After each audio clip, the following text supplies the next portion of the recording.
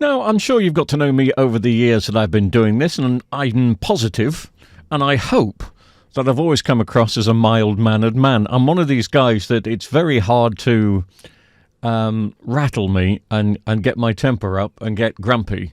For something to happen like that, then it's pretty serious. And I got pretty darn close while doing this TV yesterday. At the end of the day, I have to blame myself because I make one fatal mistake with this TV. But anyway, let's just have a look at this TV. It's a 50-inch Samsung, or this might be the 55. But anyway, that doesn't matter. Soon as I lift it up, there's lots of lenses rattling around in the back, so I can tell exactly what the fault is.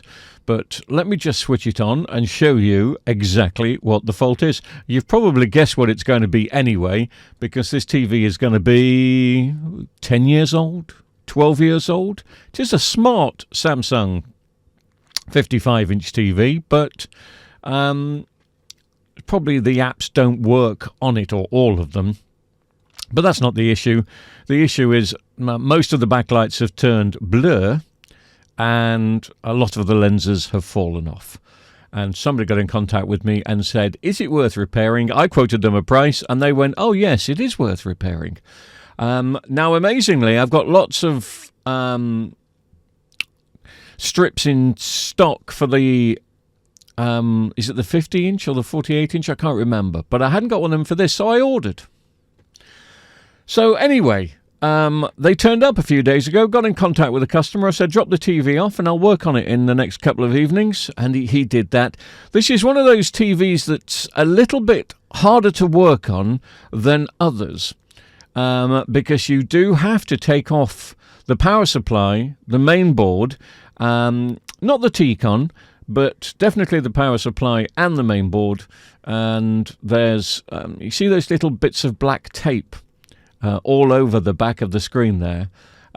That's where the clips are for the screen supports. So you have to get rid of that tape, or at least break into it, remove all the screen support clips, try not to break any. You always will, but try not to break too many. So it's a little bit more entailed on this job than it is the others. But anyway, I do manage to get all that done pretty safely.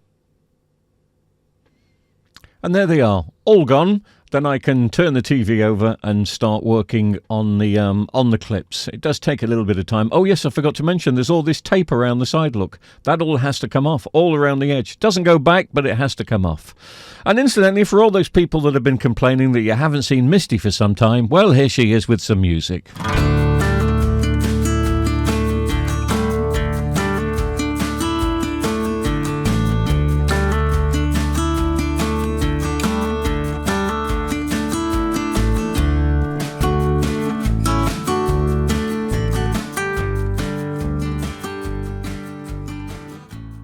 Okay, that's enough about her. I'm the star of the show. Back to me. Thank you very much.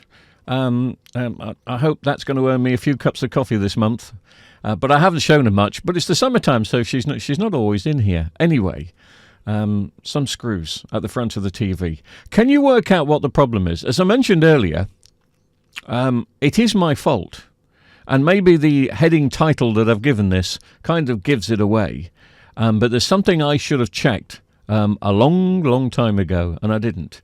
And I'm going through the process of dismantling the TV. Anyway, here we are. I've got the backlights out. I first of all got out a set of backlights for a 42-inch, but here's the backlights for the TV that I'm using. I can't remember. I think it is a 55-inch, but the TV's not here as I'm doing the voiceover, so I'm just having to remember this. Yes, I'm sure this is oh, I beg your pardon. No, this is a 48-inch. Right. Okay. So that's the set for the 42-inch. Here's the set that only arrived a couple of days ago for this particular TV. So I'm now going to fit these. You've probably just started to work out what's gone wrong. No? Okay, give me a couple of seconds and I'll just fit the backlights for you. There you go. They're all fitted. Have you noticed anything? Can you see? There's a strip missing. So I'm now trying to botch a different strip in. It's the right amount of backlights, and actually the holes are pretty similar, but it's from a different TV. And I decide that I've come this far that I should finish the job off. But that idea curtails in a few minutes when I suddenly realise, no, this is not my fault. For some particular reason, you've just seen me open the box. There is a strip missing. There's two different things about this strip. I've never noticed it before. Well, one of the problems is obviously there's a strip missing. But the other one, the connection is down the left-hand side of the TV as I look at it, the right-hand side as you look. The original one was the other way around. I don't suppose it matters where the connection in the strip is, even though I've never noticed that before. But whoever and whomever packed this box up in China had me a right-hand side strip missing. And I don't want to put it back together again and not have the TV working, so I'm trying to come up with an idea with another brand new strip, but it will look slightly odd, and I decide in the end not to do it. I was absolutely fuming with AliExpress, but probably more fuming with myself, because what you should do, and what I'm passing a tip along here just in case, because this is not the first time it's happened this month. I've had two problems with AliExpress this month. This is one of them. The other one was a completely set of different backlights not meant for my TV. But obviously what you should do is open the box first, count the backlights, and then check them. And just to make sure you've got an even amount. If I'd have did that, I wouldn't have had this problem.